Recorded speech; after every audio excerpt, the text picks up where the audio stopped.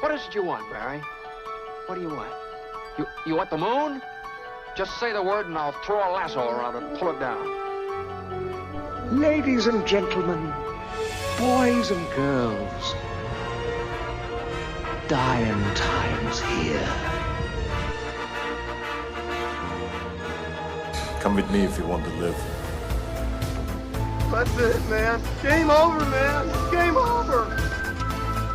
The Force will be with you, always.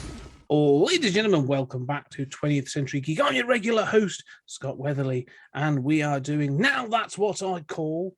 I'm not going to say who it's for yet, but now that's what I call. And I'm joined by Ria Carrigan. Ria, how are you doing? You're back on the show? You doing well?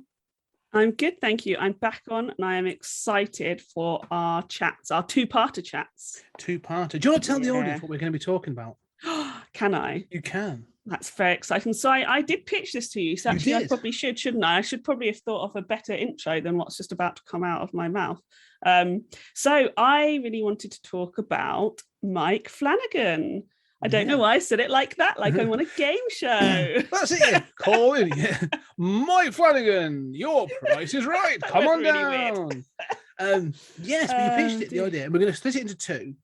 Because he's obviously got quite a big output in the last couple of years, but we're going to split it films, which we'll cover today, and then his Netflix and TV shows on the next episode.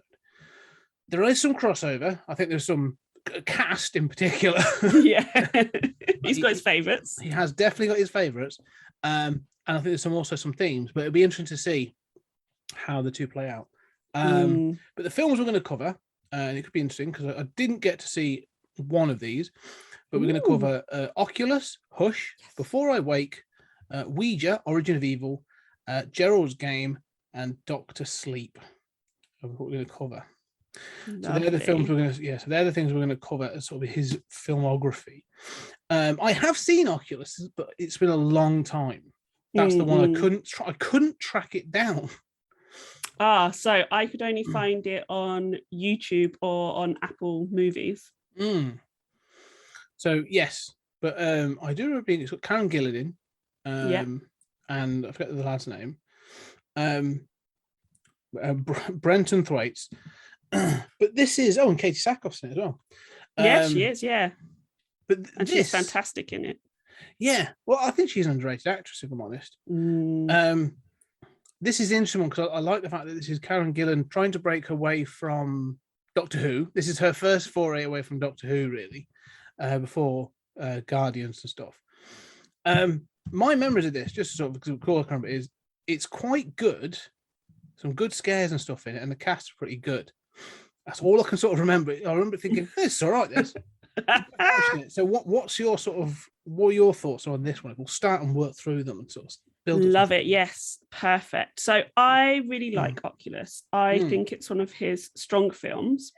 So one of the things I've really noticed about Mike Flanagan, now I'm a big Mike Flanagan fan, hence the reason I suggested it, mostly because I keep on binging Hill House. I've watched it 4 times now, which I'm aware is slightly insane.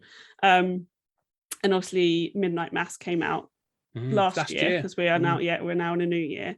And I think that's one of his strongest pieces of work, even though it's probably not for everybody, but we'll start talking about that. But one of the things I've really noticed, and one of the reasons I like Oculus so much, is he really seems to work better within restrictions.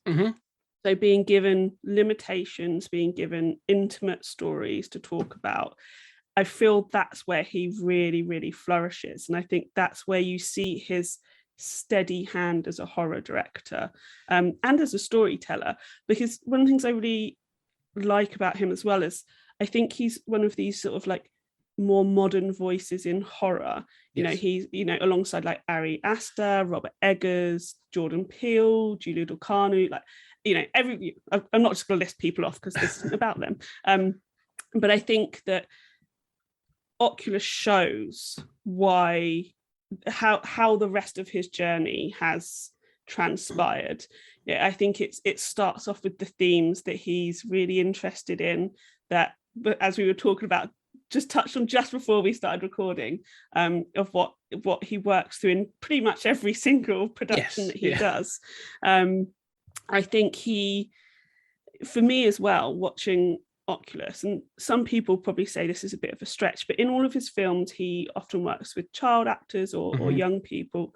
And I think, so he does that in Oculus. So it's about, so Karen Gillan and her brother. I should use their character names. I was like, I'm going to talk about everybody as their real people. So it's Kaylee and her brother Tim, and they're a bit grown up. They go back to the house that they're in when they're children, where their parents died, and they've got trauma about it. Tim's been in what I guess is a like a mental institution, although it's not 100% clear. And basically, the whole family is sort of like manipulated, tortured by the spooky mirror. So it's them going back to prove it, and then all the shenanigans that happens afterwards, which is everybody dies. But we get these flashbacks to the younger versions of them. And I think for a director with a really early piece of work, he really brings out the best in those children. And I think, so where I was stretching to is he's kind of a Steven Spielberg for me, where Spielberg gets really great, Spielberg loves stories about children, loves single parent stories. I mean, Mike Flanagan's got a little bit of a thing about single parents as well. And, and Spielberg knows how to get those performances out of children. And I think we see that in Oculus. The scenes with the children are really, really strong, almost stronger than the scenes with them as the adult characters. And I just think as well, I remember when I first watched it, and I think I was like on a train. I used to travel to Liverpool for work. And I have to watch stuff on trains because I get travel sick, because I'm ridiculous. I'm nearly 40 and I still get travel sick. And I remember watching it on a train, and normally I'll be on the train, I'll be like maybe falling asleep or something like that. And it didn't. I was absolutely riveted watching it the entire time. And it felt like, so when did Oculus come out? 2014? 2013. Yeah. I feel like it was really underappreciated at the time, and it was that real start of bringing horror back from sort of the ridiculousness or the satire or or the gore. There is gore in Oculus, but it's not the main focus. It's the creeps. He loves creeps. He loves getting you all creeped out. This is something this is something I think is a theme, and it's that thing you say about his you said his steady hand. And I think that's when you sort of hear Mike Flanagan has directed this, it's almost there's an authorship, but it's not like a flamboyant authorship. It's not great description. It's not going to be sort of like a Tim Burton or a Terry Gilliam or a or even I think sort of like the guy who. You get auteurs that sort of like, even when they make ground, like the guy who did Seven, I'm trying to think of his name now, but David Fincher. Thank you. Even a David Fincher film, you can see it and you go, that's a David Fincher film. Like, it's there, and it's not to say it's particular, but with like a Mike Flanagan film, it's like it's not about him, and he brings a sense to it, and it's done through certain things. And you say about the child actors, like I don't think there's we'll get to it. I don't think there's any terrible child performances in any of his films, and that's a record, because most of the time you're like, ugh, an irritating child actor who's blows a line, but everyone else is fine, so they use that take or whatever. But the other thing as well is, to me, these play like old school ghost stories or old school horror films. So. To me, these bring to mind sort of like the ghost stories of like M.R. James and E.F. Benson and those sorts of things. Where it's like these are the sort of films you'd say this by the fireside. Do you know what I mean? I'm going to tell you a story. Absolutely. Let me tell you a story about a haunted mirror and how it ruined a family. Like that's, and so when you watch it, and so the gore as well in particular, like it's needed. Like he never shies away from it, but it's not the point. And in particular, like we'll get to, there's a couple of scenes like this. When we get to Gerald's game, there's a scene that like I had to pause. where I'm like, can't do this. Yeah, What- I'm the what- same. I'm good with gore, but yeah, Yeah. we'll get to it. And Yeah, but again, it's not. It's done in a sort of shocking way, and it works really well because it's not the point. Like, you haven't been lambasted with loads of it so when it happens, you're like, oh Jesus Christ. And I think that's the point. Like, he gets that in order for to be scared, you have to like not know when something's coming. Mm-hmm. And he's very, very good at that, where you're sort of sat there going like, and you know, I have memories of Oculus, and I haven't watched this for years, and I still have memories of Oculus, where that thing, I'm like, yeah, this is going to be like, you know, I don't know what's coming next. I think of like European horror directors that are good at it. I forget the guys, the guy who did like The Orphanage and The Orphanage is so good. Carry on talking. I'm gonna and the films again that these films make me think of, like, they're period pieces about The Orphanage, the others, those sorts of tales, those sort of ghost tales or horror tales. And I think that's what he brings to this, is that sort of, it's not flamboyant and it's not camp as well, because it doesn't need to be. Like, I that's not to say I love camp horror. Like, you know, there's some horror with a bit of cheese in, or a bit of sort of like, you know, overgot. There is definitely a place for that, and I've talked about it many times. But these are sort of like taken straight faced without being po-faced. Do you know what I mean? Absolutely. Again, great description. That's why you're the host, because you're getting the descriptions down. I'm just rambling, and you're like, well, actually, what you mean is this, and you're completely right. Yeah, I'm glad you said so. Thank you very much. You can come back. I like you. One of the things we're going to see a trend of as well is the not just the child actors, because obviously, well, the theme we're going to see throughout this is trauma. Mm-hmm. It comes back again and again. Like, binging these over the last week or so is a bit, it's quite heavy. I ain't gonna lie. I don't know. I did the same thing. I don't know why I left it to the last week. And I was like, I'll just do one a day. That's pretty much what I was done. Like, yeah. I was like, oh my God. I was like, what am I doing to myself? Yeah. It's quite upsetting by the end of it. But, really upsetting.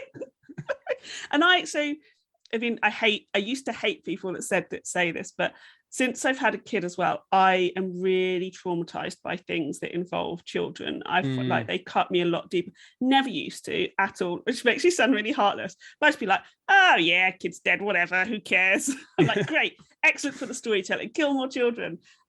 In films and TV, obviously, in fiction, making that very clear. But then since like I've had my daughter, it really cuts deep. So then watching all of this in a week, and it's constant reflections on childhood trauma, just like, Jesus Christ, I can't watch like another kid's like have something really terrible happen to them. I wanted to sort of dash to sort of social media to be like, I've just been watching all of Mike Flanagan's films in quick succession. Like, Mike, are you all right? Yeah. Do you want to talk about anything?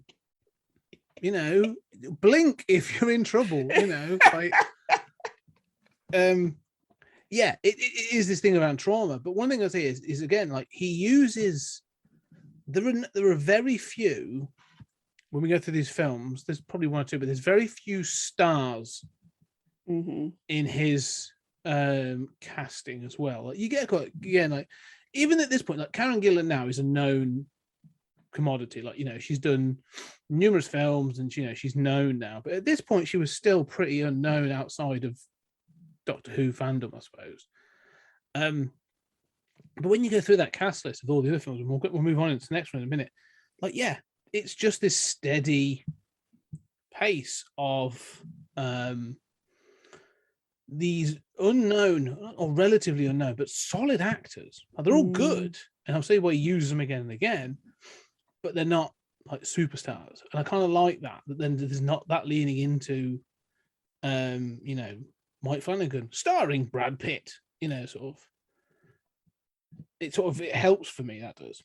I agree, and he keeps trusted people around him. You know, like his frequent writing collaborator is Jeff Howard, and you know, you think by the time like he's getting to Mike Flanagan's getting to like Gerald's Game 2017, you know, he's handed that a Stephen King novel because they know he's going to deliver on it. Yeah.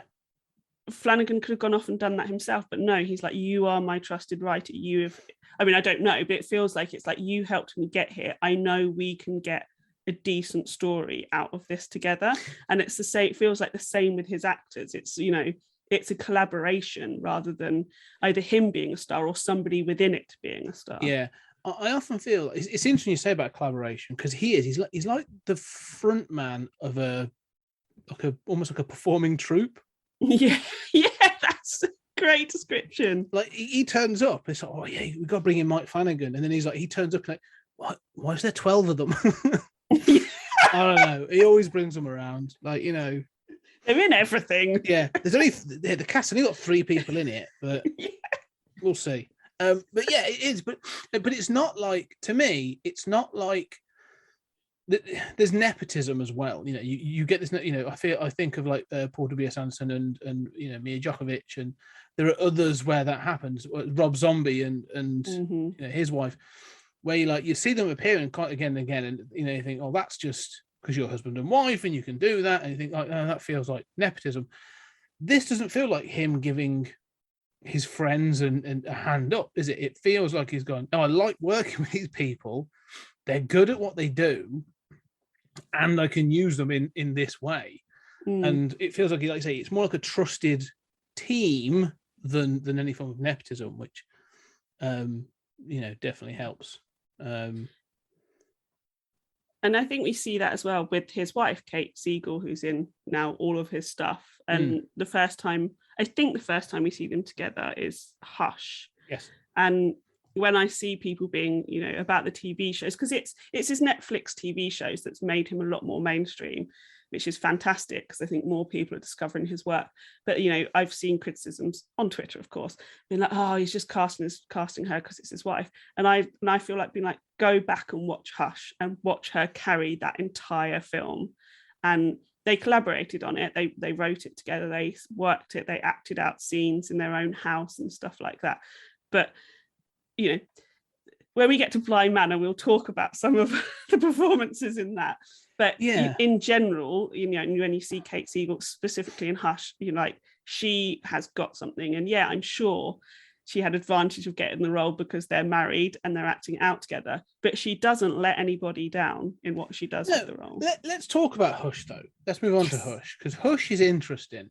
I am in 2 minds about Hush, because I think it's a very well-performed, tense thriller. I think, you know, there's some incredibly well done scenes.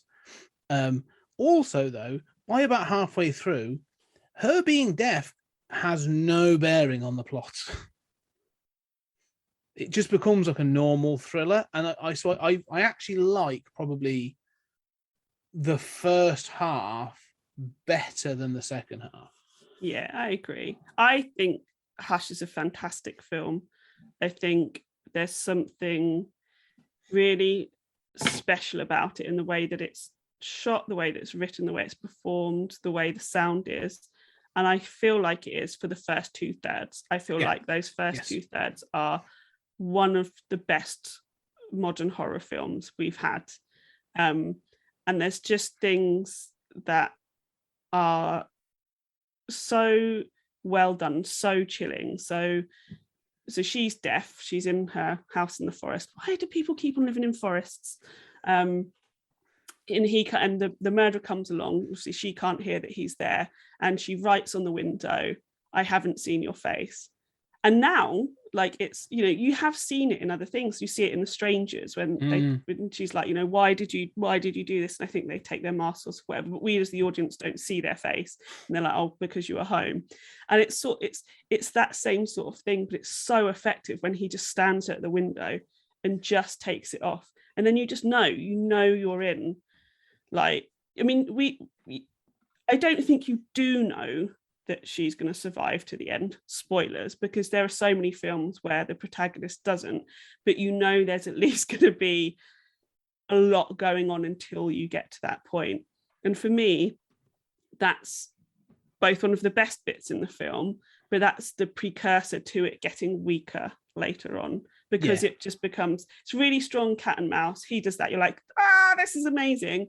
But then it's got nowhere else to go after they do half an hour of cat and mouse stuff. Yeah, the one thing is it made me think of, because I say the cat and mouse stuff is really good.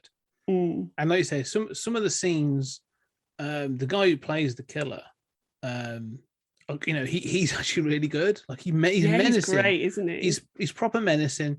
The bit where he sort of he pretends to be a policeman for the neighbor and all that. And I love the fact that it's so calculated. He's like, oh, you're a jock. I couldn't win that fight, so I had to trick you, and then I'm going to cut the back of your leg, and I'm going to stab you in the throat. Like it's all this calculation, which is incredibly terrifying. But what I was thinking about was, what's the one recently with the guy who's blind, when they break into his house? Oh, I can't remember what it's called, but it made me think of that, because yes. when you are blind and you have sort of this person is blind, and then the intruders, they obviously come across what he has in his basement, but the thing is he turns the lights off, and so him being blind pays into that. Don't breathe. Pardon? Don't breathe. Is it Don't breathe? That's the one. Yes. Sorry right. to interrupt you. That's so rude of me. Carry on. You're right. Yeah. So in that's the point, and that plays into it, because the idea is like he's blind, so he's relying on those senses that he's used to using that the intruders can't use. And so in this, I was like, okay, how is that going to play in? Like her being deaf and mute has to end up at least becoming an advantage in some way. And when they do have that thing with the fire alarm, where it's really, really loud because you have to feel the vibrations and it's sort of flashing, it lasts like a couple of seconds and doesn't really help a great deal. That's not the reason she sort of survives. And so it felt like they've gone, we've done this, and you go, oh right, what else are you going to do? And that, like I say, it falls into the tropes then of just being like a home invasion thriller. And I thought that was quite sad, that it was like, oh, for how well you started this and everything you've set up, you don't pay it off enough at the end. Yeah, agree. And you're so right. The setup's great, like with the neighbor coming over and signing, putting the phone in her back pocket, the alarm, her trying to cook, because in lesser hands, she wouldn't be cooking dinner that burns. She wouldn't be there on her iPad looking at a recipe. There would be an annoying exposition line of dialogue.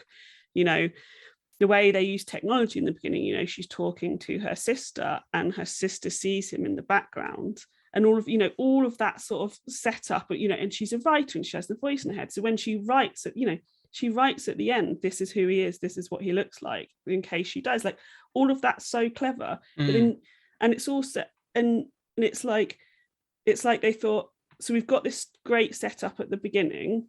This is how we end it, with all this setup. I mean, it's not Back to the Future style setups. It's not that great, but it's pretty damn good. Yeah. But then there's just that sort of, it's like 25 minutes, 30 minutes where you're just like, where is this going? And you're like, I know she's going to use the fire alarm. Let's incorporate that a little bit more.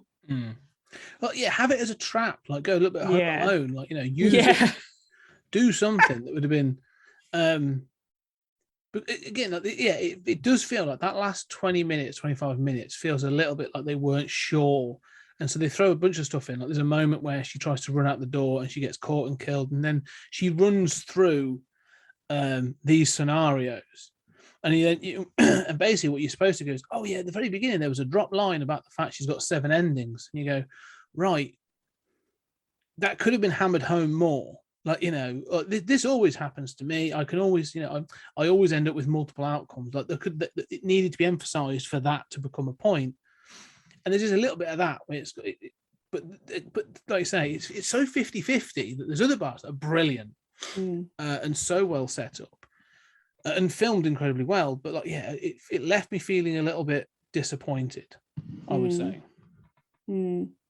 Yeah, I mean, I very much try to pretend that bit doesn't really happen.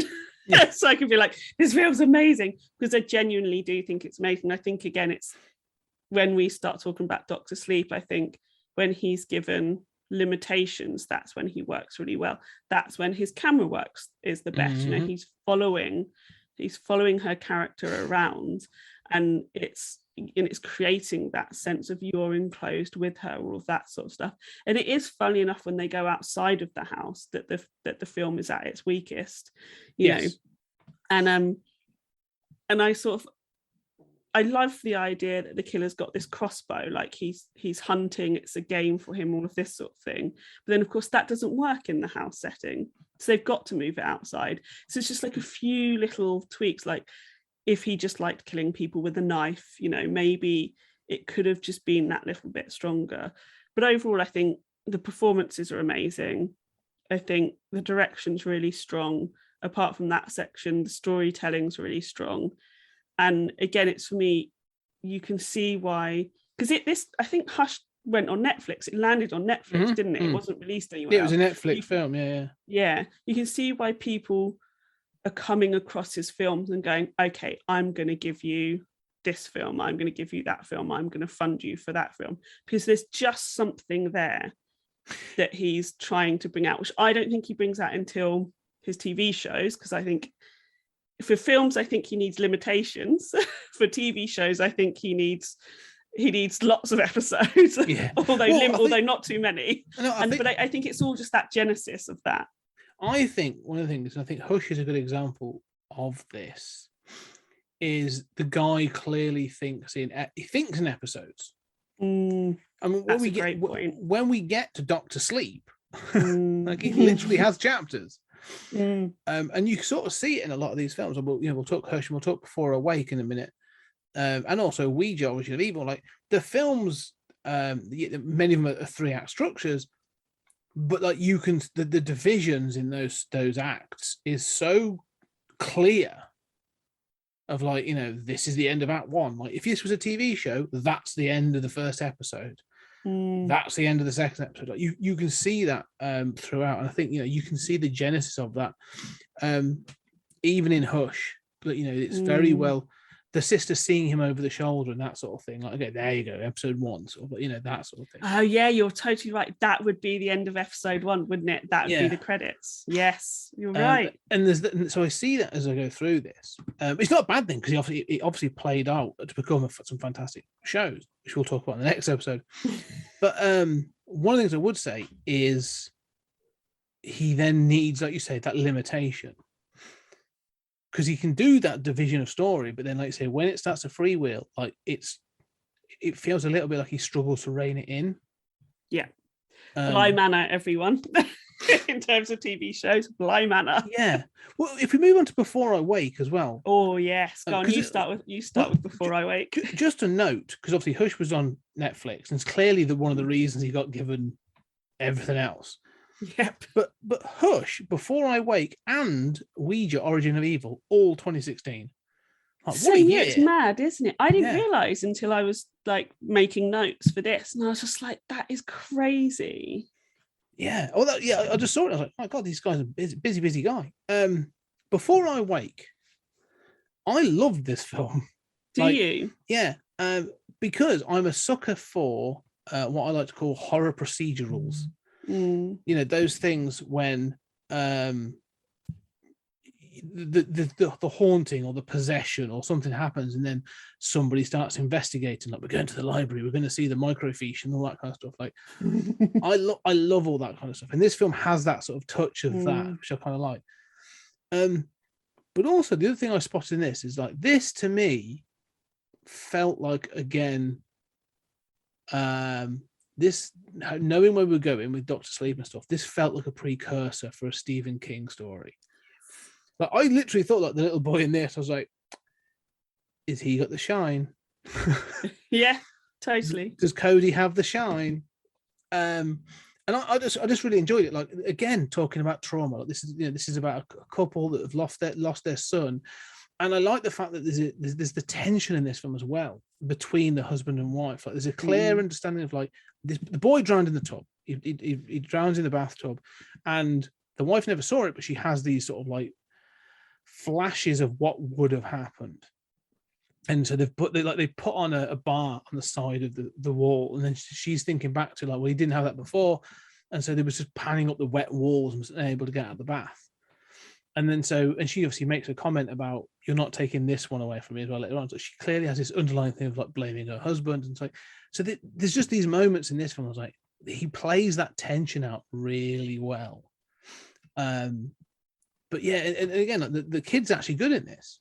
The lad who plays Cody, you know, he's not never irritating. You know, when he's scared, he's playing. And also the thing as well, the creature in this, the Canker Man, a great design, like ridiculously creepy, simple but really creepy and well done. We'll talk about the butterflies, the glowing butterflies that become its eyes, which I was like, go on, please do that. And when they do it, I was like, yes, that's like such a great effect. I so wanted that. What were your thoughts on Before I Wake, anyway? So when I first watched Before I Wake, probably when it first came out on Netflix, I did not like it. And I can't really recall why. I just know I looked back at my Letterboxd account and was like, oh, I didn't really like that film, which I was surprised at, because the second time I watched it last week, I really, really enjoyed it. I think I think towards the end, it drives things home a bit too much. It over-explains things. But overall, I think it's such a strange film, but in a good way. Such a strange film in a way that I could not stop watching it. You know, and the time went so quickly. I think that there are so many quietly horrifying moments in it. Yeah. The bathtub that you talked about is hugely traumatic. And then when you see the dad, so Thomas Jane, but the character is called Mark, fixing those handles, like, it's actually chilling when he's doing that they're in the same house, that same bathtub, and they're fixing handles because they're going to have a child come to live with them, because they adopt Cody. And I think Kate Bosworth, when she's in the hands of a good director, she really delivers, especially in the first half of this film. Yeah. You truly believe she is not Kate Bosworth at all. No. And you truly believe her trauma and how she's feeling and how she's desperate to connect. And when she's playing the scenes where she's getting Cody to sleep to bring her dead son. Yeah. Yes, yeah, back. I mean, her character's absolutely awful in those scenes, and she plays it as that. She doesn't play it for any sympathy. She doesn't, she plays it as somebody who is basically abusing this child to bring back. And I just think her performance is absolutely fantastic in it. And I think it's so interesting that I used to love Blue Crush, which is a film she was in. She plays a surfer. In fact, I still love Blue Crush. I should probably do it for Femme on Film because I think it's great. I thought she was fantastic in that, but everything else, she's been quite mediocre. And then you watch this and you're just like, she needs to be in the hands of a good director, which I think shows what a good direction storyteller he is. We've got the same overarching themes: death, family trauma. Seriously, you are right. We need to check he's okay. Yeah. And again, so Cody's played by Jacob Tremblay, who's in Room with Brie Larson, and I think he really could, with what happens to his character, teeter on being annoying. Yeah. He falls asleep, he has the butterflies, he's all like, oh, I'm just, nobody loves me and I'm all lonely and weird and all of that sort of stuff. But again, he's got a pitch perfect performance. Yeah, he's fantastic in it. You're right. I mean, Thomas Jane. He's sort of like, he's very much of a muchness in this film. Yeah. Fine. But you're right, Kate Bosworth. I was surprised about exactly what you said. That the first, up until a point, like the first sort of 2/3 of this film is about her being an abusive parent. Like, she's a foster parent, but like, it's not physical abuse, but she's literally sort of like, drugging him to put him to sleep so that he can project. Like, he has this ability, when he dreams, he projects his dreams into the real world. And at one point, like, he has seen their dead son in a photograph and so that a portrait, and so he's able to present him.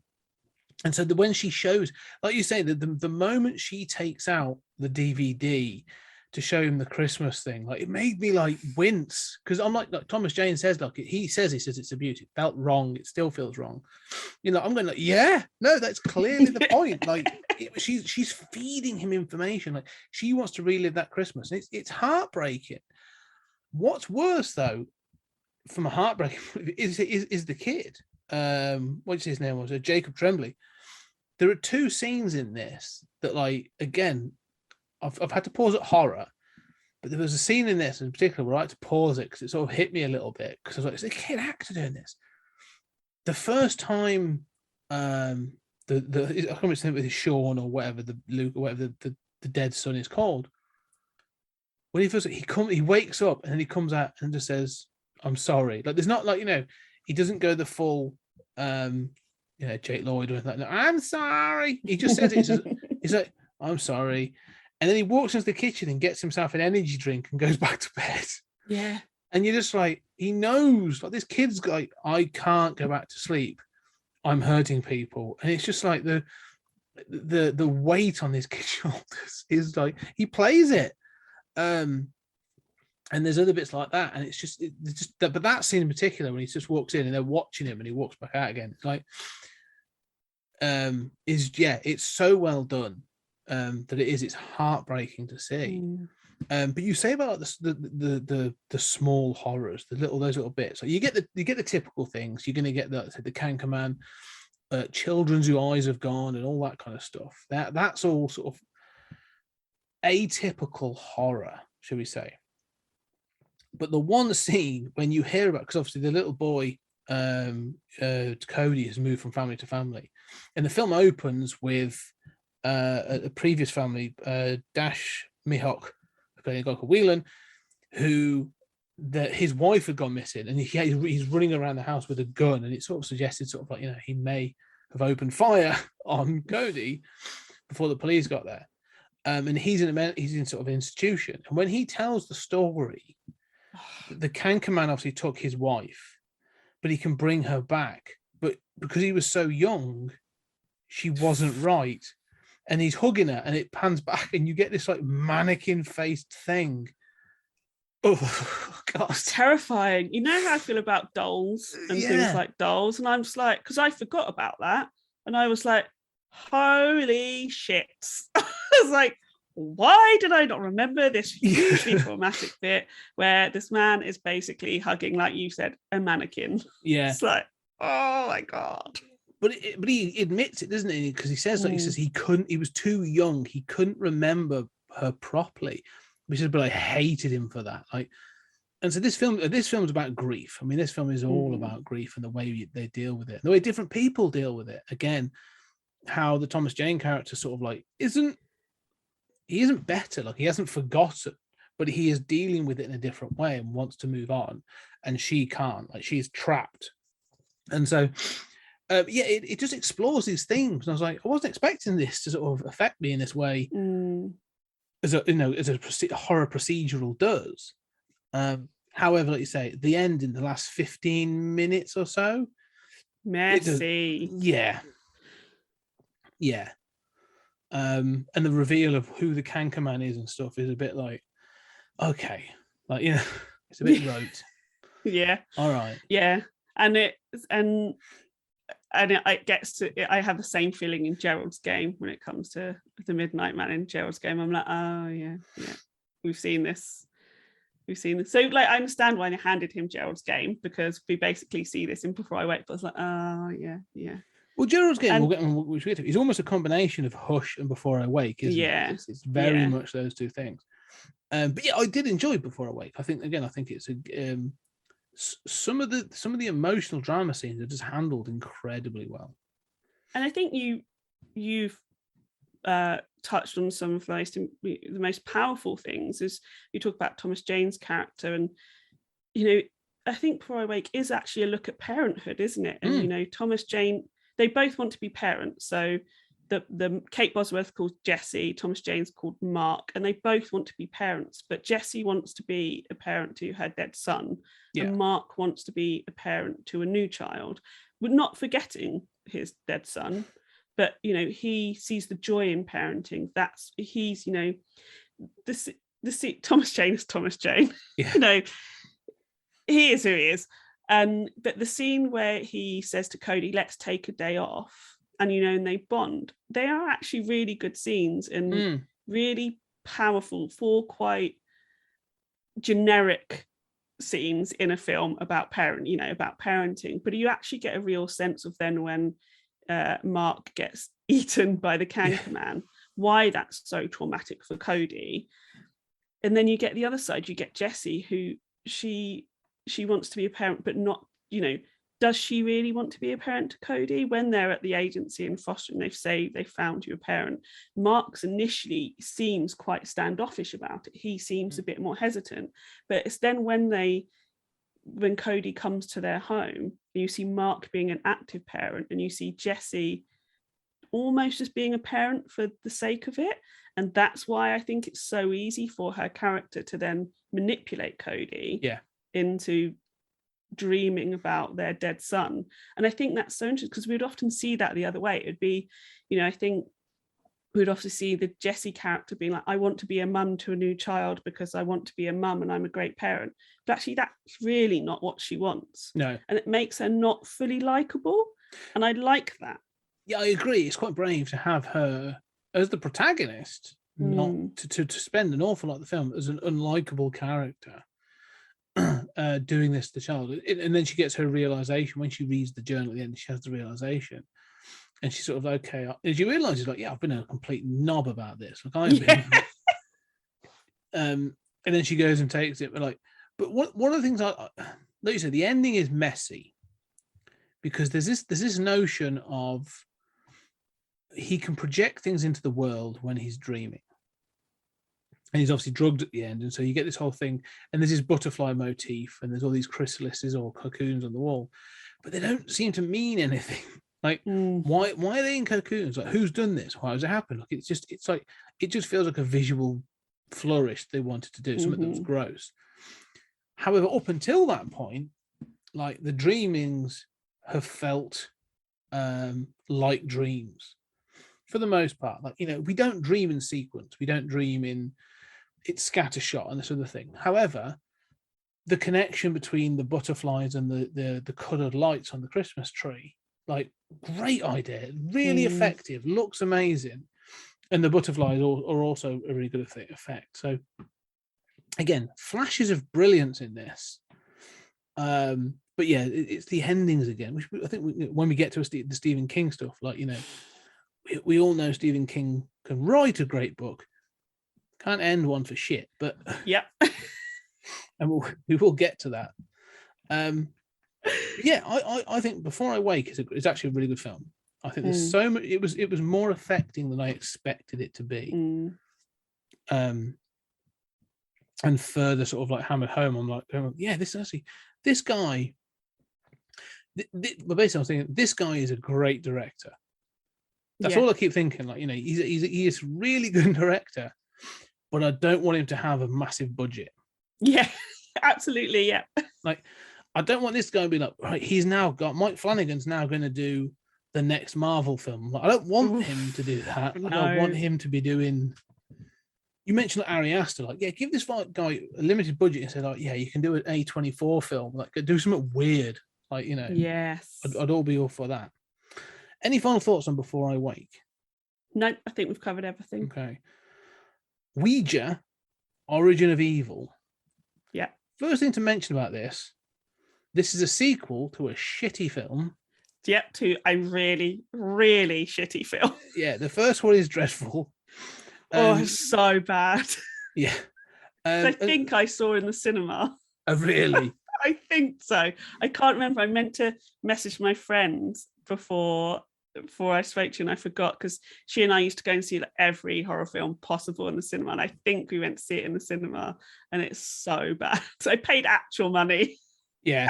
I remember seeing it. So 2014 is Ouija, and 2016 was Ouija Origin of Evil. Now, I don't know the different the stuff behind this, but when you look at them, so like, let me just double check. So Ouija, the original, this is IMDb, is 4.5, which is pretty, yeah, too high. Yeah, I agree. There's some people on there being very generous. Ouija Origins of Evil is a 6.2. So if ever there's a question, is that all? Yeah. Well, that's pretty good for an IMDb, because you always get those people that sort of like bring it 1 star because I'm like, I didn't like this one thing, so it's 1 star. Like Amazon reviews. Yeah, exactly. Yeah. But yeah, I don't know why the first one got a sequel. It doesn't make any sense. So I am actually going to check. So the only reason I think this got a sequel is it was written by Mike Flanagan and Jeff Howard. Is they went, we want to write this film. I think it would work in this way, or even like we saw Ouija. It was shit. We can do better. But again, so I know the answer. Do you tell me? Tell me. Do. So Flanagan was brought in to direct some reshoots for Ouija. Right. And so it's a Blumhouse film, isn't it? Yeah, of course it is. And basically they were just sort of like Blumhouse, Jason Blum said, do you want to do a follow-up? But it needs to be different from the original, because like the original is so shit. Good. Yeah, I presume he used slightly different words. And because Flanagan stated that he is not he's not a sequel man, he's not a franchise man, which is fair enough. And basically, they let him... Sorry, he's not a sequel man. This is the first 2 sequels we're going to talk about. Yeah, I know. but they let him do it how he wanted to, and of course Flanagan was like, I want it to be about a family dynamics, family trauma. Again, I really hope he has a therapist. Maybe this is his therapy. Yeah, maybe. And he was like, I don't want it to have anything to do with the original. We'll put references in it because obviously it's the same franchise, but don't want anything to do with the original. And I think, I can't remember, I can check my notes. I think that is where sort of the 60s, 70s 67 setting started coming. Is it 67? Yeah. So that's where that setting started to come in, to like really disassociate it, give it its own look and feel, which he massively leans into, which I love. And so that's why it feels so different, because he's literally like, I'll make the film, but I'm not making that pile of shit. Yeah. Well, I think like you say, the idea of first it being a prequel sets him free, because you're basically you're back to the bare bones of, okay, well, here's the here are the franchise trappings that you've got to include. It's got to have a Ouija board, and you've got to be able to see the ghosts through the lens on the Ouija board. That's about it. As long as that appears in this film, like, we're happy. Go do what you want. And you're right. And one of the things we've talked about, and this is one of the reasons I think, it's great to talk to you about it. We haven't talked about, apart from Thomas Jane being Thomas Jane, we haven't really talked about a male protagonist. No, that's true. Karen Gillan is the driving force in Oculus. As you say, his wife Kate Siegel is the driving force in Hush. Kate Bosworth in Before Awake, and in this you get a family. Another alum starts here: Elizabeth Reiser, Lulu Wilson, and Annalise Basso. And we'll see some of those again, especially sort of Elizabeth Reiser and Lulu Wilson. Weirdly, I think Lulu Wilson plays the younger version of the character that Elizabeth Reiser plays in. Yes. So that's cool. But I love the fact that this family covers... You can't do 3 generations. They're not going to do grandparents and whatever, but you get a mother, and then you get like a teenage daughter, slightly older teenage daughter, and then there's prepubescent sort of like young girl. And so you get these sort of like this perspectives of grief and association, like the father has died, and how are they dealing with it, and how are they going to process and keep going. So I liked, again, this thing of, you get perspectives, you've got the family trauma, as you say, but the way they seem to deal with it, although there's a supernatural element, like everything sort of feels authentic. And it feels sort of, again, I like that authenticity that he seems to bring to them. but yeah, this in particular, again, I want to shout out for Lulu Wilson, because she's one of these young actresses that I'd seen this, and then another film I actually really enjoy, which is Annabelle Creation. Yes, The one set in the orphanage in the fifth of it, and she is great in both of these. For so composed as a young actress, so confident, and so yeah, she's a bit of a standout for me in that film, but in this film as well. And again, like there's that thing as you said about him getting a great performance out of a child actor, because this could have been irritating child at the center of the story and just like switch off and I'm not interested. So I do think I legitimately think she gives a great performance in parts of this. The little smile she does when she's all evil and possessed are like genuinely good. Like it's not hammy, which you would expect from a child actor.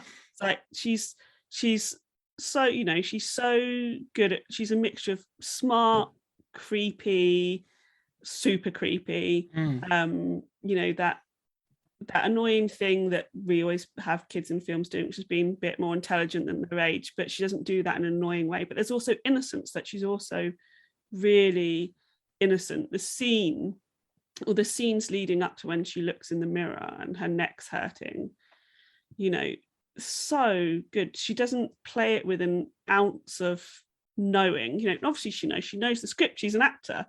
She plays it as if she is there in that moment. I agree, she's absolutely brilliant. Absolutely brilliant. I mean, again, like I say, the range, because like I say, the scenes I think about is horror versus drama. There's a scene when she's sort of praying and her mum sat on the bed, and she says about praying to daddy. She's not praying to daddy. She says, "Why don't you pray to God?" She's like, "No, because I want to talk to my dad." Yeah. And you say about that innocence, that sort of child mentality, and she pulls it off, and you do think of her as a child. And then, like you say, 2 scenes later on, she's sort of dealing with the Ouija board and being possessed. It's so well. She just carries that incredibly well. But then again, like Elizabeth Riser, I think, is great in this, and she's so good. The fact that she's trying to keep this family, on track and all that sort of thing. So when she Doris is the Lily Wilson character, when she is possessed and she's using the Ouija board and they're doing the sessions or the seances or whatever, like, and she's keeping her in from school, like she just wants to pay her bleeding rent. Like that's it's sort of like, it makes sense. It's like, okay, we can make money doing this, we've got to do it to keep the family going, sort of thing. Like it's not Kate Bosworth manipulative. It feels like a desperation, like, we can do this. But yeah, no, I think all that works. One of the things I would say, I'd ask, because this film opens with the skeptical view, obviously sets you up. You get your cameo from Siegel? Yeah. At the beginning. But obviously she's a fraud at the beginning. And I love all that when it sort of reveals how they all work. It's fantastically well done. Directed so well. It's got really snappy pacing on it, and then the characters are talking over it, but you don't lose anything in that. Like in lesser hands, it would be really messy, but it's really great. I'll get back to that because that's a really good point. Sorry, yeah. No, you're right, because it is a point to return to. But one of the things is this film has this. This film aims for a morality. And what I like about this film is it aims to have a morality, but then pulls the rug out from under you at the end, because you have this idea of, yes, they're doing these seances or these sessions, which we find out are fraudulent, but she keeps saying, but we're doing them for the right reason. We're trying to give people hope. We're trying to give them this sort of a way of talking to the people in the, beyond the grave or whatever. And so you expect that morality will translate as it goes through the film, and something will happen that will be like, well, they're all going to be saved because they're actually sort of like, they might be doing this, but they're moral characters. So when it all goes pear-shaped at the end, like right up until the end, I was a bit like, oh, actually, wow, that's a bit of a surprise. That was. I was a bit. This is the first film, and again, the end, the last 20 minutes, 15, 20 minutes, it's 20 minutes.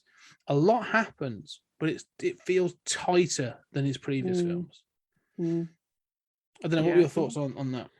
I completely agree. I really, really like this film. I remember the first time I watched it again, Netflix, Mm. and I was just like, this film is so much better than it has any right to be, Yeah. basing it on the original film. And I think it's, you know, you talked about so many things that I think are interesting about this film. You know, Elizabeth Rice's character, she's just trying to survive. She's in a society where her husband's died, she's been left no money, she can't find a job, and yet she's completely ostracized from society for trying to make money to feed her children, stay in the house that they grew up in. So it shows that side, that that side of how women are completely undervalued. And especially back then, what we don't know if she had a job beforehand, but as far as we know, she was a mother and a housewife, and that was it. And her husband was bringing in the money, and then he dies, and there's absolutely nothing for her. There's no safety net, and so she's just trying to do the best thing that she can. She potentially moralizes it herself by saying, giving people closure, but at the same time, we see that when she thinks she can talk to her dead husband, she is getting closure. So it loops back round on itself. It's at the beginning, it's like she's justifying it to herself, but then she's proven correct that her justifications for herself, because it is bringing her closure, until she realizes it's all a lie and it's all this horrific traumatic stuff. And I think this is one of his strongest lead performances as well in his films. I think Elizabeth Rice is such an amazing actress, and I think this film shows it. She's so multi-layered. When it gets to the end and Doris is in the weird Nazi survivor torture surgery room, and she stood there, and you can tell she's like, I should go in after my daughter, but I'm really fucking not going after my daughter. Like, she's like, I am not going. And I think, and she delivers that without saying those words. It's all in her face and all in how she holds her body. And I just think that's fantastic. Again, all the actors in this, they clearly trust him, because they are bringing so much more to what is a franchise. I mean, it is a prequel, but sequel, than they should be, right? They're really, he sort of said, I'm doing it, and they're like, okay, I trust you. And then they've read it and gone, okay, I'm on board. And also, we're just going to forget about, we are not in a sequel of a shitty film. We are in a film that's on its own and it's good. And that's amazing. As you say, this could have been a fluff piece. This has the right to be throwaway camp. I mean, again, this is that thing around sort of like, this could lean into the sort of like the spookums of it all and do all that kind of stuff. And he doesn't want to do that. And I think, then it comes to the ending of this is like a proper haunted house. You on every layer, because you go from the basement, then you got the poor lad who gets hung on the stairway, and his attack, and you the dead coming out the walls and stuff. And then is she in a sack? I'm trying to think the end of it. No, there's a because she dies, doesn't she? That's the point. And so and all that's left is the older sister, the teenage sister. But this is the ending of this. Like you say, it's a haunted house, because it's thrill after thrill. It keeps pushing you, and again, because we're so set up to think there's going to be some release, there's going to be the use of the Ouija board, is going to help them escape this, or there's going to be some payoff. Like, no, this is like, it just gets worse. And then I love that he forgets about the Ouija board. I love that. And I didn't realize it until this viewing that the Ouija board's the MacGuffin, basically. Because and the elder daughter, Lena, she says it. So they're up in the room. It's Lena, the priest, good old Henry Thomas, and the mum. And she says the house has been listening this whole time. All that's happened is there's been something that's allowed the house and the demons and the ghosts in the house to manipulate us, but they've always been here. And that's when I realized, it's like, we've not seen the Ouija board for a long time in a film that's supposed to be about the Ouija board. And that's great storytelling that I didn't even realize. And it's only on like my third viewing that I realized that. And I think that's why it's really good what you've talked about, that tension release. You know how I love tension release in horror films. It's one of my favorite things about it. And at times I don't know if you get any release in this film. And I find this film, especially in my most recent watch, actually scary. Yeah. Oh, I agree. I think this film is one of the few that I would say is legit. I love this film. And you say about the release, there is no release. At the end of this film, they don't... We're all just crying in a corner. Yeah, it's like the blue balls of horror, this film. Because you're right, like there's no... Because it just sort of escalates and escalates. And then the payoff, you know, again, like even with the payoff, the way it's done is not, apart from the very last shot, which I'd probably say is I could have done without. Yeah. But even like say the daughter, sort of the elder daughter survives. But she's obviously clearly traumatized, and you go through that sort of interview, and she's like, "Oh yeah, I should tell you about my mother." And she tells this story, and it's sort of like, you know, but no, they're dead, or they're missing. Like, where are they? Like, what happened? And so you're sort of led to believe that you, even as a viewer, you're not 100% sure what happened at that point in the house. I mean, this is the kind of thing that Amityville should be. But when she's in the institution and the doctor's walking around, because the doctor's exasperated with it, he's like, "Oh, no, fuck off, back to your room." When he walks past her and they're both sat on the bed, and he stops, Love it. and he walks past and she's stood at the doorway with her face in the glass. That bit is insanely creepy. Yeah.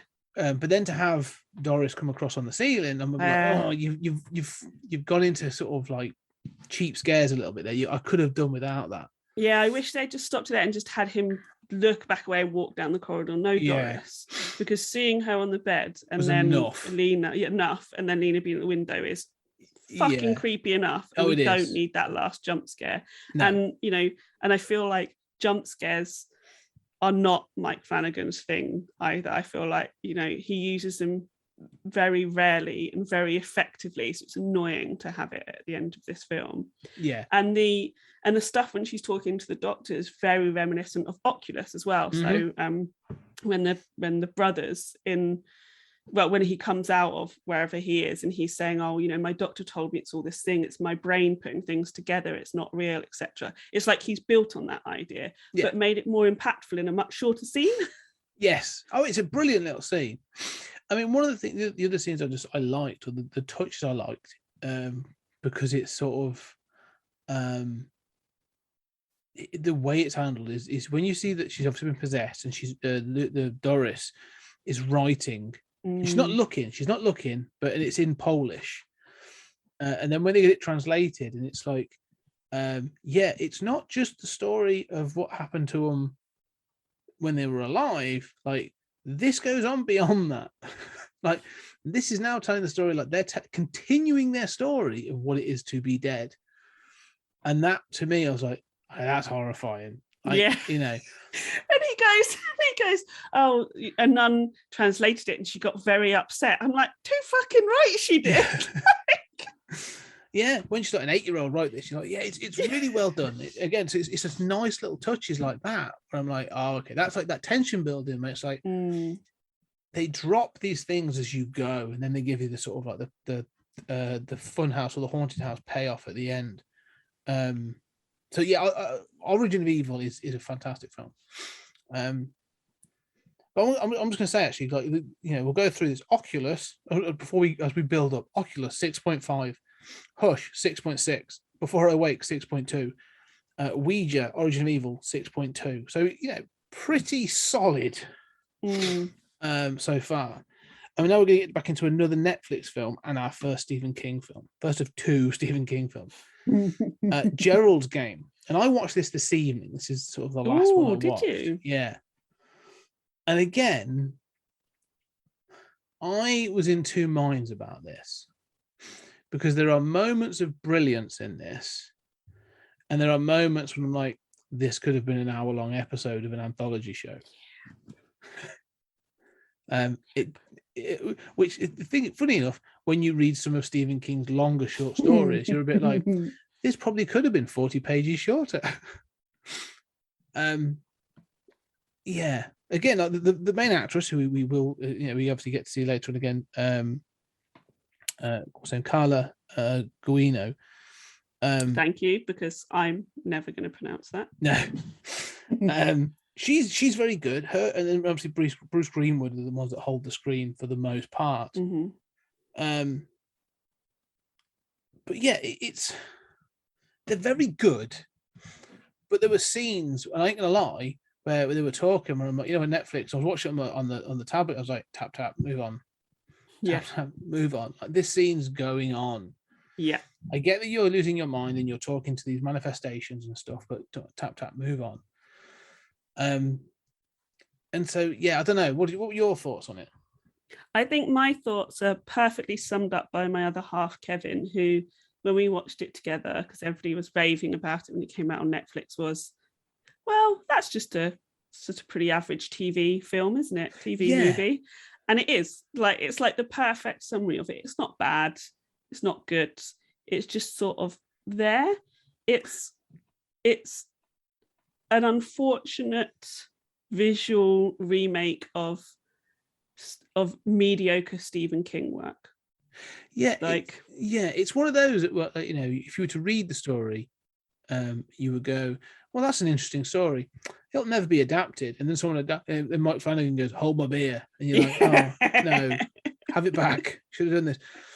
The problem with this is, and I'll tell you what, and we will get into it a little bit more when we talk about Doctor Sleep. When Stephen King is adapted best is when he is edited best. Mm-hmm. So there are the adaptations are either sort of like they take either chunks out or they rejig things to make it a real, like, a good film.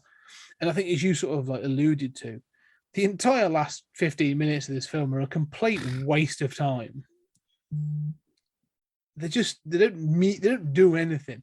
Like the thing with the Midnight Man, oh, I hate it. Could be resolved within just, they show some newspaper clippings, and the fact she then has to build up to this confrontation in the courtroom, which is complete bobbins to steal a Phelpsism, but it just, yeah, it irritated me, that whole last bit. Yeah, I'm on board. I hate that last bit. Can't just walk in and be like, blah blah blah blah blah at it. Like, it's not how courtrooms work. First of all, let's discuss that. That's not right. But I also just think it's not needed. I think the story is good enough, not strong enough, but good enough without the Midnight Man. It doesn't need it. And it takes away from her trauma.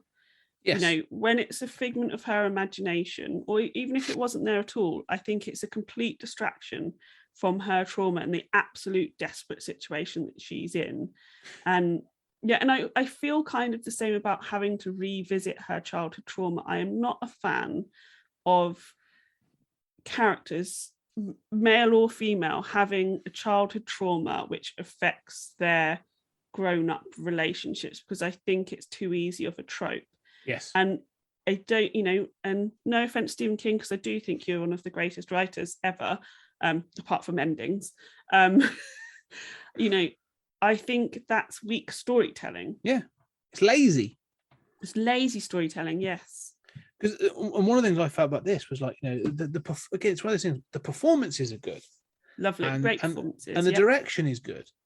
And there's some really great shots that are creepy or, cringe inducing, as we said, and they look good, but the actual story, like the A to B of it, is so sort of like, it's not even like the Mike Flanagan written part of it, it's the literal story of this. Yeah. Again, like, it's the fact that the reveal, firstly, like, the dog eating the husband. So look, so she's strapped to the bed, he dies of a heart attack, falls off, and the dog coming in, and then I'm like, all right, fine, and then the dog starts chewing on him. I'm like, okay, that's gross, but then that appears to be the thing that makes her snap. Yeah. And I'm like, well, but then you learn she's gone through this other trauma and held this trauma for years. I'm like, but seeing a dog nibble on your husband's dead body is the thing that made you snap after all that. Like, it feels, this is one of the things where I'm like, this feels inauthentic. Like, this feels like you've put things in to further progress the story, but don't seem to gel together as a character, as a full character. And the same goes for her, sort of like, oh, visualize a depiction of myself and my dead husband talking to me to help me through this or to put me off the situation, you know, that sort of like devil and angel on her shoulder. Yet we then get, you know, and obviously that's completely in their mind, but then the Midnight Man is then revealed to be real. And I was like, all I wanted, like, you know, if you wanted to sort of show something, have him as a supernatural entity, the whole bag of bones and whatever, the glowing eyes. Simply, there was a shot at the end of it when they talk about the police. When no matter what the police did in the house, they never found. And she said, "I never found my wedding ring," and it shows a bloody footprint. And I'm like, leave it at that. Yeah. That is endlessly creepy. Yeah. There might have been the personification of death in that house at that time, and it left physical evidence. Yeah. Like, wouldn't that be amazing? Yeah. It's so much better than it's this weird, like, man who's got deformities, which, like, terrible people don't have to have deformities. Gross. I don't like that association. But who just happens to be there at the same time that their sexy time goes wrong when she's chained to a bed. Like, it just doesn't work. Like, it's exactly what you said. It'd be so much creepier if you were just left not knowing. You'd be like, why is that footprint there? They're not going to tell us, you absolute bastards. I love it. Like, that would be my response. I'd be like, you dicks. It's just, I'd be like really happy and excited. It's just enough for you to be like, oh, there's something, you know, there's something more to this, but you don't need to know it. And that was, I felt that this whole thing, this film, like I say, could have been told in like 45 minutes, 50, 60 minutes. And it's such a shame because, you know, I think the performances are great. I think Bruce Greenwood is absolutely amazing in this film. Yeah. Like, particularly the really traumatic scenes where he's trying to, like, force the whole, he's come in and strapped her to the beds. So he's basically sexually assaulting her. Yeah. And I think his acting of that is unbelievable. Like, you know, he, like, just phenomenal acting because you truly believe it, and he just, like, knocks it out of the park. And then I think the scenes where he's imaginary, I think he's fantastic in it as well. I think, you know, I think it's such a shame that she's the main character, and not because of her performance, but he just brings it. And I think whenever he's in the scene, he's like, so good. Well, he's one of these actors, because again, I know him mostly from the Star Trek movies, you know, and that's it about it. But he's also been the voice of Batman in some of the DC animated movies. Has he? Oh, I didn't know that.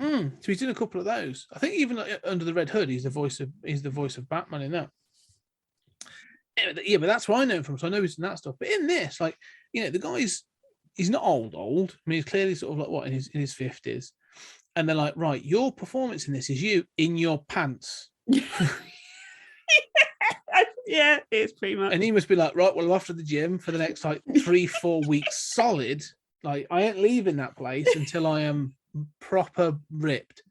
So fair play to him for doing that, because others could have been like, you know, I'm not doing that, or I'm not doing this, like, you know. So fair play to him for really going. But like you say, he's menacing in this as well. Like, he really has. I'd love him to play like another like sinister baddie role, a villain. Yeah, it's great, wouldn't he? Really good. But the thing is, again, it's like I say, him as Gerald is fine. Jessie, though, it's not that she's bad, because her performances are good. It's just, again, like the story she's given, and then, like you say, this thing of like, I'm now going to link it back to my childhood trauma where my dad sort of like, I was watching, I was like, okay, unfortunately, I have to go back to check this out because I'm not 100% sure like what's going on. And then watching it a second time, I was like, I don't want to know. I don't need to see that. Skip. No, thank you. Skip. But again, like you said, this thing of like, you know, but even that's not what pays off. Yeah. It's like, oh, after she cracked a glass, and it was the glass, knowing that blood is slick, and you can like flipping hell.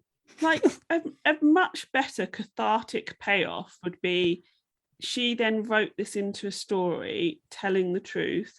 Her dad, who is maybe still alive, gets arrested and goes to prison.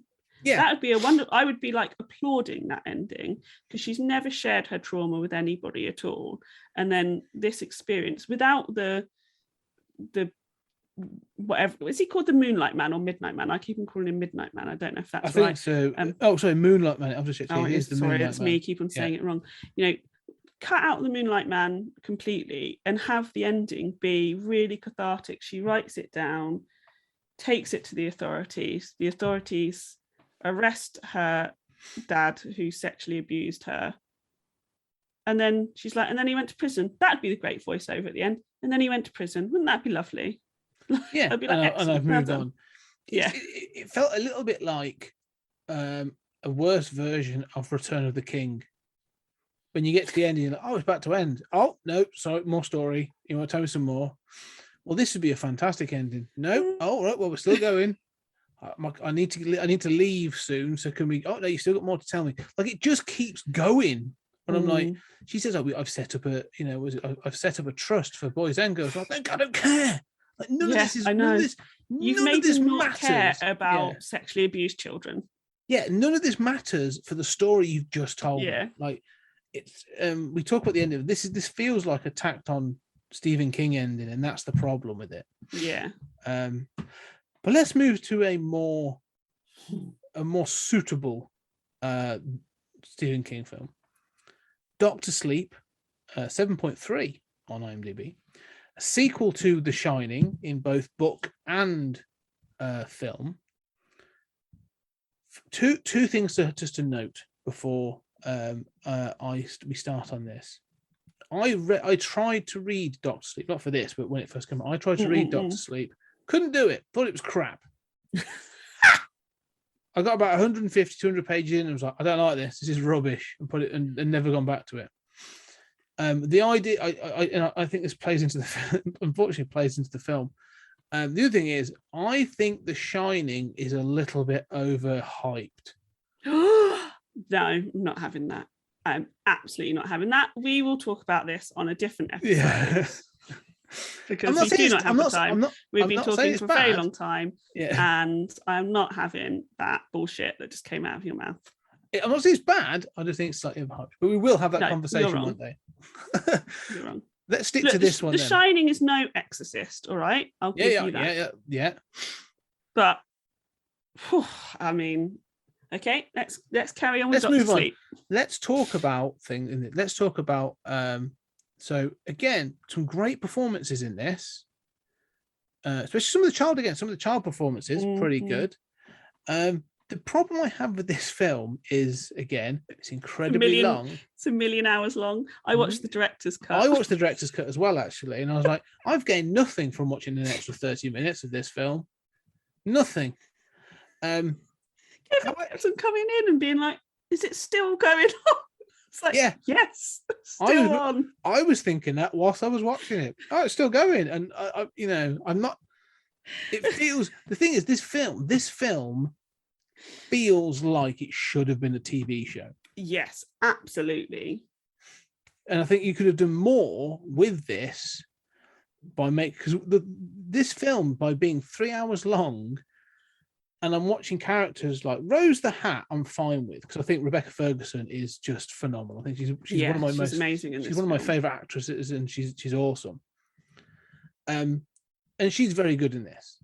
But the whole thing about the True Knot, like, it's not. You get 3 hours, and it doesn't feel like it's explored enough. You just have to accept things. Like, all right, I'm fine. You're yes, this is the supernatural entity, and we're going to sort of accept that. All right, fine. Can we talk about the fact that at one point you're telling them this one's thousands of years old? Like, I need more in this now. I want to know more about these characters and why I should either. If they just said to Mike Flanagan, go and do a TV series about the True Knot, I genuinely believe it would be one of his best pieces of work. Because for me, watching the film, I feel like he is more interested in the True Knot than he is Danny Torrance. Totally. It's the Tim Burton effect. I find this with some directors, and Tim Burton acknowledged this when he sort of made the Batman films. He was like, yeah, Batman's boring. I want to know more about the Joker and the Penguin. I want to know the villains. and I legitimately feel that for this film. I'm like, the True Knot are interesting. I don't like the concept in the book. The concept doesn't work for me. The way that Stephen King lays it out, these sort of like energy sapping vampires, it just doesn't work. It works better in the film because they give it that visual flair. But they say there's certain lines in this film that just make me stop in my tracks. Then you go, eh? Like they're a traveling group. Okay, so they're nomadic. Yet at one point it's acknowledged they must be incredibly wealthy and incredibly powerful. And I'm just saying, what? What? Not seen any evidence of that at all. Like I am slightly curious how they pay for petrol, but other than that, like I don't. What? And I mean, Rose the Hat has the most amazing bathtub in her mobile home that I have ever seen. Yeah. And like, it's better than my bathtub in my house. Yeah. There's just lines and things that you see the inside of the house, that you see inside of these things, like her RV and all this other stuff. And even the hat, like, she says, like, I've always worn this hat. And you're like, okay. But you've not always been a member of the True Knot. So who are you? What were you before? Like, and that's what I want to know. Scene, the scene in the supermarket when she's shopping and she sees Abra in the refrigerator store is absolutely outstanding. I was completely blown away by that whole scene, the whole direction of it, the acting of Rebecca Ferguson. And there's a beautiful moment where the shop assistant comes over and goes to touch the hat, and Rogue goes no, and stops her from doing it. And you're like, there's something about the hat. There's something about the hat. Can Mike Flanagan please go and do a TV show entirely about the hat, please? Yeah. Because I would watch that.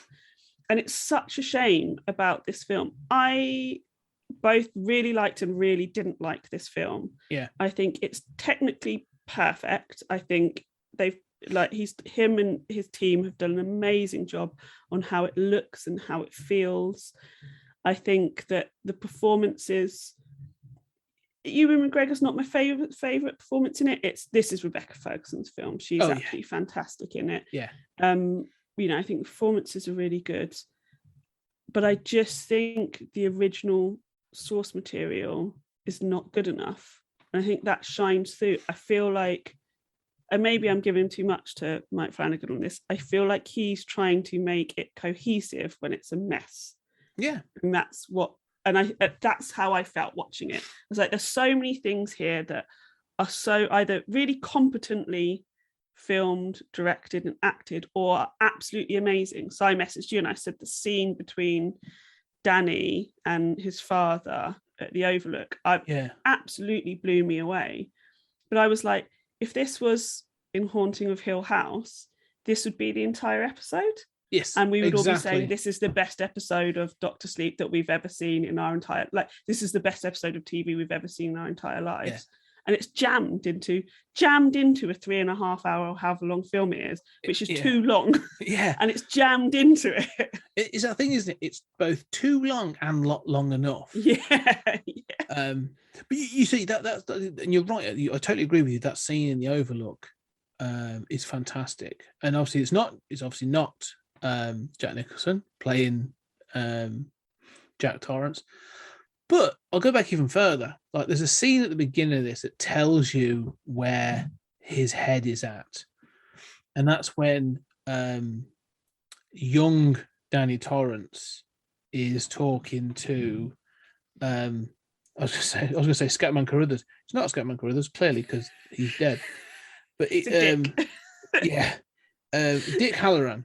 And the guy, and I would say again, like, the people they cast in this, the guy who comes in as Dick Halloran, who obviously was played by Scatman Carruthers originally, like, really good, excellent performance. Like, he's not mimicking him, but it's him. Like, they've got the essence. Mm-hmm. And again, Henry Thomas is good. Like, he doesn't overplay. He doesn't try and do a Jack Nicholson impression, which other actors would have done. Like, how you doing? Sort of like, oh no, don't do it. But like, it's that scene where they're on the bench overlooking the beach, and like Dick Halloran's talking to him, but he's telling like Doc, you've got to, this is how you do it, and he teaches him about the boxes and stuff. Like straight away I was like, oh, some of the dialogue in this is good, the personal scenes are good. Even like for Ewan McGregor, like when the cat starts choosing people to die, that's obviously why it's called Doctor Sleep and all this other stuff. Like it needs to be there, but then I'm still going like, does it? Like, do we need 3 of these? Like, and again, like this is where I was watching and thinking, as you say, this needs to be a TV show where you go, we're now going to have an episode that's going to explore in flashback the true knot. We're now going to get the history of like how. I don't know how they came about, but like, how did Rose the Hat, her sort of at least a flash of her origin and why she became the leader. Like she's not the eldest, so why is she the leader? Why is she the strongest? And things like that. It just needs a bit more texture to it, I think. It's also a film I'd say of although this has got chapters. Let me tell you about sort of this idea of episodes. This film breaks into 3 for me. There's obviously the first thing of like young Doc or young sort of Danny up to him being the drunk, and then him sort of getting to the town, and then he's sort of like there's that moment of his gaining sobriety, and up until the moment he gains sobriety, I'm like, okay, that's just sort of like your first bit, and then he meets Abra. And again, like the whole thing around Abra, like I want an Abra as a small child episode. Like how the family keep it quiet and all the different weird stuff that's going on, the piano playing and stuff. That's proper creepy. Really well done. That feels like the middle bit, and then you go 3rd act. We're up to the Overlook. You're just like, yeah. And again, we're back to the thing of endings. Where you're just like, what? Like I know you had to bring it back to this, but it feels so. It felt shit in the book as well when I sort of like flipped through it. I was like, feels crap. This feels stupid. I know they've got to have the Overlook in there because it's The Shining.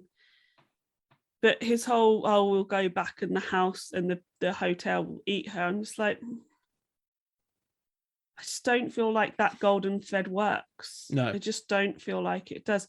I feel like if it was a TV show and we had more time to explore why, if he had already been back a couple of times to try and deal with his trauma, or tried to go back, and he'd never made it, couldn't make himself drive up the mountain, but to save Abra, he will absolutely do it, and it's just like, and that's what it needs. I was a bit exhausted by that time. I was like, this has been going on for such a long time. I've wasted my whole Saturday morning without my 3-year-old here watching this, and I don't want to feel like that because there are so many compelling things in this film. There is a lot there that you just don't get enough time to explore. No, you're right, and that's the thing. Like, there's scenes like there's a bit when they go to look for the baseball boy. Like, there's whole scenes of them driving, and I'm just like. In a 3-hour film, you don't need this. I don't need any driving. Please. Don't need this at all. Like there's faster ways of doing some of this stuff.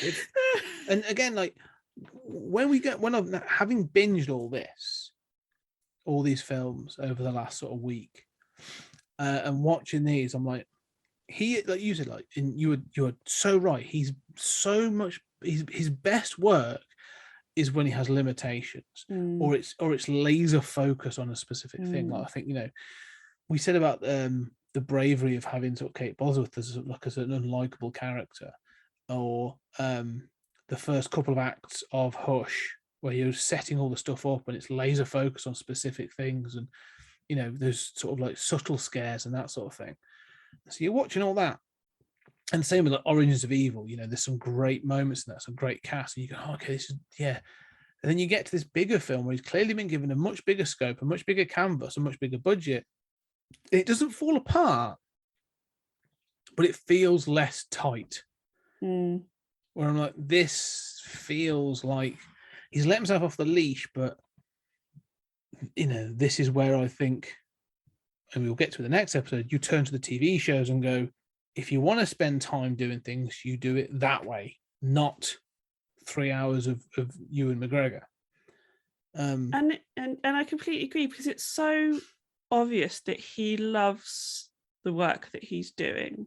He's, and I think you see this in his TV shows or in his earlier work. I do wonder if there's things about when it's adaptations that his work isn't as good, because he is not able to put as much love and thought and focus into it, because he's adapting somebody else's. He obviously loves horror. He obviously loves, as we've talked about, like family dynamics and exploring that. And he obviously loves writing and directing. I think you see that in every single piece of work that he does, apart from Gerald's Game, and Doctor Sleep, which I still think he's doing an amazing job in what he's doing, but I don't think it's infused with as much. I don't want to say as much care. I don't think that's true, because there's a lot of care's gone into Doctor Sleep. I don't think it's as good. I'm gonna say the exact opposite.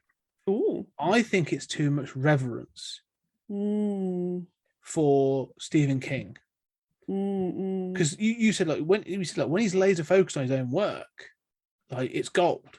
Like, yeah, you probably might fluff this bit, or there might be sort of the ending might not be great or whatever, but like there are parts like we haven't spoken about film in his own stuff where we haven't gone, but that scene was amazing, or that element is fantastic.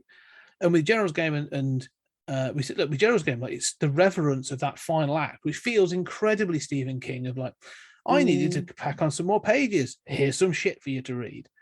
And the same with like the Doctor Sleep. Like, I think about we will definitely talk about The Shining at some point, but the one thing I will say is at least Kubrick made it his own. Yes. And this doesn't feel like Flanagan made it his own. This feels like Flanagan making a Stephen King film. Yeah, I think you're spot on.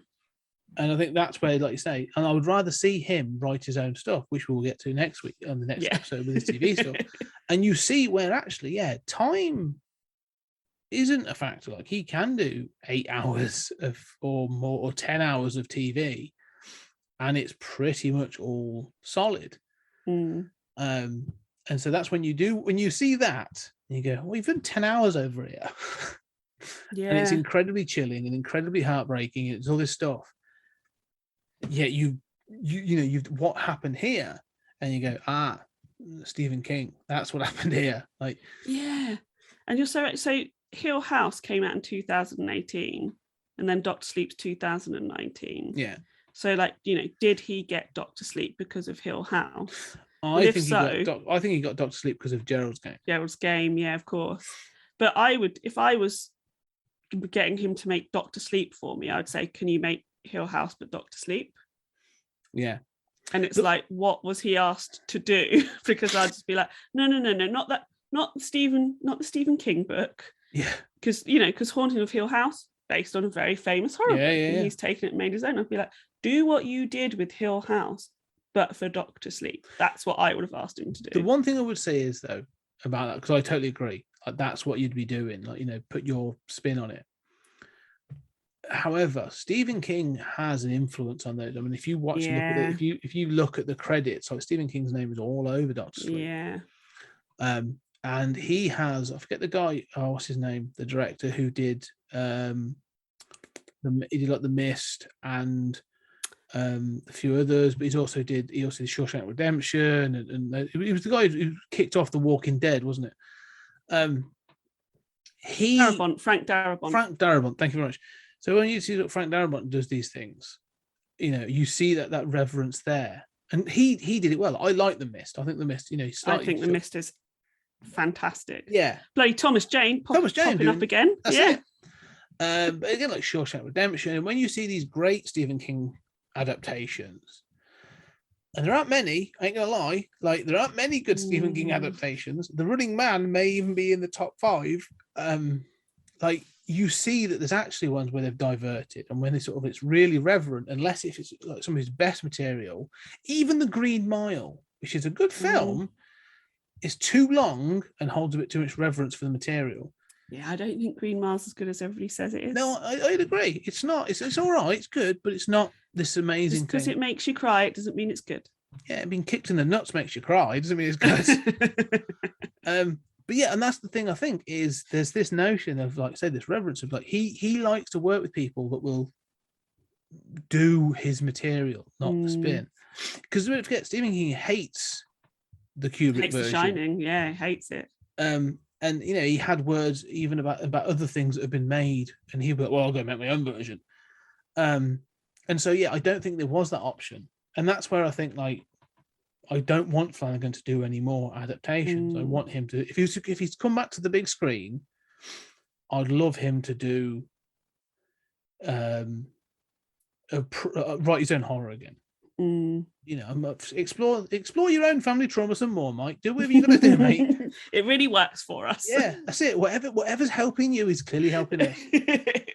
But yeah, I think on the silver screen, on the big screen, I think his movies, I think his catalogue is good. I've enjoyed going through these. Yeah, really have. I think they strike that balance of gore and drama and heart, where I think others fail. And I think he knows how to strike that balance for the most part very, very well. But I do think, like you say, it's clear like he's picked up something and gone, I really want to do this. I'm going to make Stephen King a Stephen King film. And it's like, you know, like a child, almost like a child. And so, yeah, well done. You know, you did this. Now let's see what you can do. It's basically that sort of thing. Yeah. You know, we've seen give him that budget for his own stuff. Yeah, maybe. Like, you know, maybe give him that opportunity. Let's see what he would do. Because I think the opportunity is there, but we shall see. Any final thoughts on Doctor Sleep? I know, I think we've covered it. I'll be honest, I would much rather talk about all of his earlier works than his last two films. I think, they're not really for me. No, Mike, get back to what you were doing. Yeah. You know, let's see Hush 2. Yeah. Electric Boogaloo. No, but yeah, let him do some original material. You know, like I say, I'd let him do an A24 film. Let's see what he can do. Yeah, that'd be amazing. Anyway, we're not done with Mike Flanagan yet. We are for this episode. We're going to bring that to a close. I think we've done our stuff. We've talked for a while, but we're not done with Mike Flanagan because, you know, now that's what I call. So we're going to cover everything as much as we can. And in the next episode, we're going to be covering his Netflix television series. So just so you know, obviously we try relatively spoiler free with some spoilers, but next week on the next episode, we are going to be spoiling the crap out of them because you sort of have to. Oh yes. But we're going to be talking about The Haunting of Hill House, Blythe Manor, and Midnight Mass. But also we will be talking, and I want to tack it on. What we'll be talking about is he is doing The Fall of the House of Usher. Yes. So we are going to have a little bit of a prediction, a little bit of a what's going to be his spin on that story. I didn't know we were going to do that. That's exciting. No, I just thought about it today because I'm going to watch one of my favorite Vincent Price films is the House of Usher, and so really, yeah, I love that film. Fantastic. His first Roger Corman collaboration, and it's well worth seeing. Excellent film. But yes, we shall do that. We'll have that as a bit of a tack on. We will do that, and let's do some predictions as how is he going to Flanaganize it. I mean, everybody's going to have some terrible childhood trauma. Yeah, yes. Everyone dies. There'll be ghosts just hanging around in the background that you won't notice until your third watch. We will get to that. I will also tell you a story about how that fricked my wife incredibly on one of those episodes. When we talk about it, I'll talk about how I watched Haunting of Hill House, which is not a way I would recommend doing it, but I also think you should all absolutely do it the way that I did it. That's an intrigue. Let's leave that as a cliffhanger for the next episode. Let's not blow our load too early. But brilliant. So Ria, thank you very much for coming on for this episode and leading us to the next. But where can people find you and where can people hear you? Yes, you can hear me everywhere, although not so much at the moment because I sort of took January off. So you can find me at Ria Carrigan on all the normal social media places, or at Femme on Film, which is where I talk about films that star women and made for women, often unfairly maligned. So we've covered Josie and the Pussycats, Grease 2, Drop Dead Gorgeous. There's only 3 episodes. I didn't do an episode in January because I was tired. but hopefully I'll do a few more Fair coming enough. up. I'm also a pop gorilla with the wonderful Tony, and I am Jack's Musings. You can find us at Pop Gorillas, and we do reviews of anything from pop culture in any time, less time than it takes to listen to a song. And mostly Tony and I are doing Oscar snubs for February, because the Oscar nominations obviously come out in February and then the awards are in March. But but January has been amazing. So Tony and Jack have been doing box office bombs, and I just sat it out because I exhausted myself doing Christmas films. And honestly, their reviews are so good. You need to go and listen to them. And I'm also on Indie Comic Spotlight with Tony, which is fantastic, where we look at stuff that comes out from anything other than the big two. And I think that's it. All over the place, busy. It's wonderful. Yeah, that's why I had to take January off, because I was just like, I literally do not have the. I was like, I can't. I watched 25 Christmas films, so I did one for every single day in the run up to Christmas. That's amazing. And I was like, most of them are bad. Yeah. I cannot watch any box office bombs. I was like, I cannot do it. Yes, I had a slight falling out with Jack over his wording of how he felt about John Carter. Can't agree with it. But we'll leave that for another day. Anyway, ladies and gentlemen, thank you very much for listening. If you like what we're doing, look on your podcast catcher and leave us a review, 4 stars, 5 stars. All feedback is gratefully welcomed and appreciated. Gets us up there in the ratings. But if you really like what we're doing, check us out on Patreon. We do a whole bunch of other podcasts and bits and pieces on there.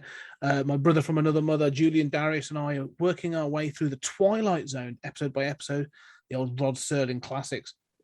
And we do that on a weekly basis. And whole other stuff on there. But if you want to find it, it's www.patreon.com/20CG Media. That's 20th Century Geek Media. There'll be a link down below. Go check it out. But once again, Ria, thank you very much for coming on. Thank you for having me. This has been amazing. Yeah, it's been a blast. And ladies and gentlemen, we will see you in a haunted house on the next episode.